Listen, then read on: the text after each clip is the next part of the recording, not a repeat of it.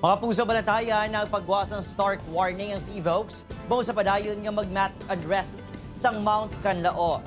Ginabisuhan ng mga local government units sa LGU sa Negros Occidental sa posible pagluntad sa worst case scenarios. Kaya na lang aga sunod sa Philippines 4 ka beses nga nagbugas ang aso nga may upod nga abo ang bulkan. Sa sunod naman sa 24 oras, 8 na ka-ashing events kag 45 ka volcanic earthquakes ang record sa bulkan.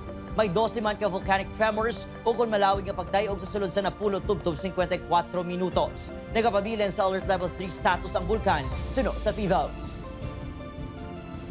Hindi naman mag-prepare lang for that kind of scenario. So, gising-gising kita lang ang activity. Nakita niyo man sa aton nga mga ginapagawa, mga information.